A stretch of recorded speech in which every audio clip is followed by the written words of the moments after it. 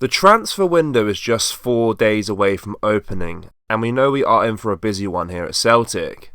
In today's video, as always, we'll go over all the latest Celtic news from the last 24 hours. That includes some huge Idah to Celtic news. There is so much to cover in today's video. And hello everybody, welcome back to the channel. Before we do get into today's video, as always, make sure you do drop a like on this video and subscribe to the channel for more Celtic content. Celtic winger Luis Palma shone on the international stage, delivering a trio of assists in Honduras' emphatic 6-1 World Cup qualifier victory over Bermuda. This performance added to a successful international break for Honduras, which also included a win against Cuba, positioning them well in the early stages of their qualifying campaign. After 2 games played, the top of their qualifying group. Palmer's contribution was significant, with all 3 assists recorded before his substitution in the 76th minute of the match. His influence on the game was further highlighted by the 6 chances he created, the most of any player in the match, along with 2 shots on target. The 24-year-old winger had mixed season at Celtic, marked by promise and early form disrupted by an injury. Despite this setback, he managed to end the season with notable numbers, including 2 goals in the Champions League, and a total of 8 goals and 10 assists across the Scottish Premiership and Scottish Cup. This recent international performance suggests that Palmer is regaining the form that excited Celtic fans earlier in the season. Alexandre Bernabé's loan spell at Internacional from Celtic has not unfolded as hoped, following a challenging tenure at Parkhead. Since his £4.5 million transfer under former manager Ange Postecoglou, Bernabé has struggled to cement his place, a situation that has persisted following his move to the Brazilian club early this year. Bernabé's time at Internacional has been underwhelming, with the Argentine defender making just a single appearance on the pitch since his arrival. This sole outing came on April the 11th, and despite frequently making the matchday squad, he has been an unused substitute in 9 subsequent games, including the Sunday's fixture where he watched from the sidelines again. He was awarded man of the match on his debut. The 23-year-old challenger began early in his loan period, marked by an initial mishap where he missed his flight to Brazil. Since then, his opportunities to impress have been scarce, casting doubt on his future impact at Internacional. Back at Celtic, the Scottish champions have limited options at left-back, primarily relying on Greg Taylor in that position. Bernabé's difficulties in gaining playing time and making a significant impact raise questions about his next steps once his loan spell concludes. With Adam Idah's fruitful loan spell at Celtic over, the future of the young striker remains uncertain. While Celtic under Brendan Rodgers has expressed a strong desire to retain Idah, the complexity of his contract situation with Norwich City introduces potential hurdles. Idah's impact at Celtic has been significant, punctuated by crucial goals that have endeared him to the Celtic fans and heightened his market value. He was described as a catalyst for Celtic's successes last season by manager Brendan Rodgers. His recent performances for Ireland have only added to his appeal, suggesting a rise in price tag that Celtic might find challenging to meet. Norwich's managerial change has introduced further complexities, with new manager Johannes Hoff keen to evaluate Idah during the pre-season, potentially integrating him into the team's plans moving forward. Idah, contracted with Norwich until 2028, shared his thoughts on the situation. "Celtic is a massive club and built off the fans," he said, quoted by Football Scotland.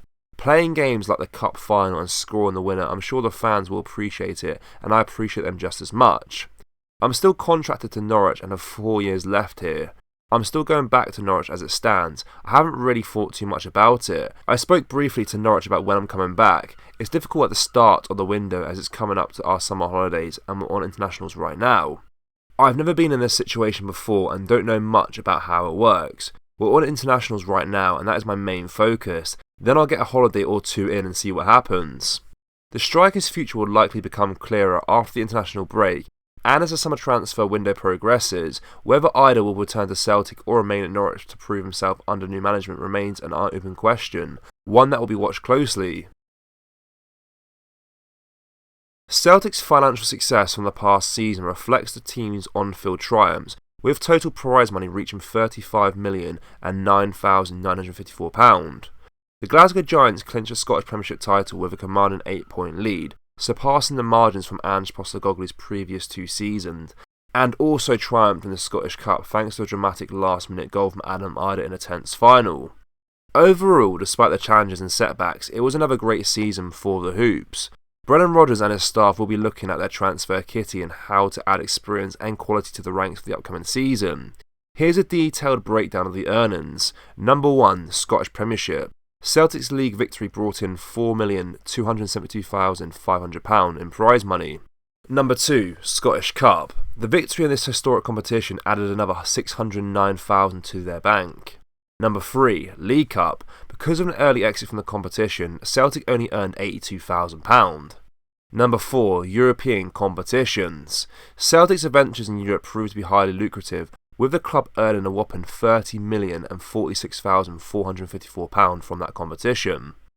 All figures were taken from SPFL Watch on Twitter, which shows Celtic were on top of prize money charts in Scotland. The closest to the Scottish champions was Rangers, who bagged around £21 million in prize money from domestic competitions and a Europa League run.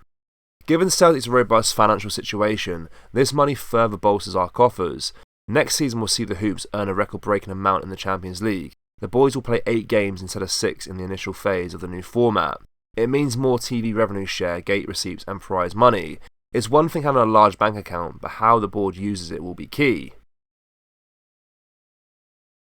Johnny Hayes decided against taking a role at Aberdeen last week after he confirmed his retirement and is instead to join Celtic's coaching staff.